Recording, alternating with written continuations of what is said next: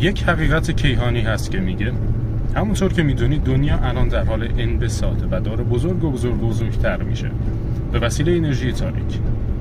احتمالا چیزی به اسم نظریه بیگ ریپ رو شنیدین که دنیا هی بزرگ و هی کلپس، هی بزرگ، هی کوچک، هی بزرگ و یک چرخه بی انتهاست. اگر نمیدونید یه ریپلای بزنید ویدیو مربوط شو براتون بفرستم.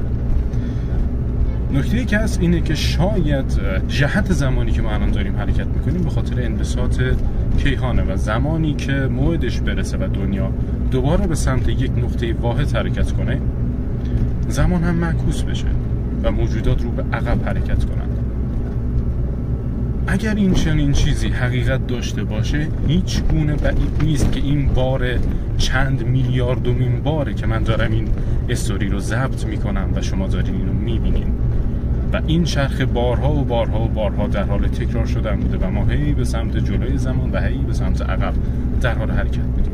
نکته واقعا مخباشون اینه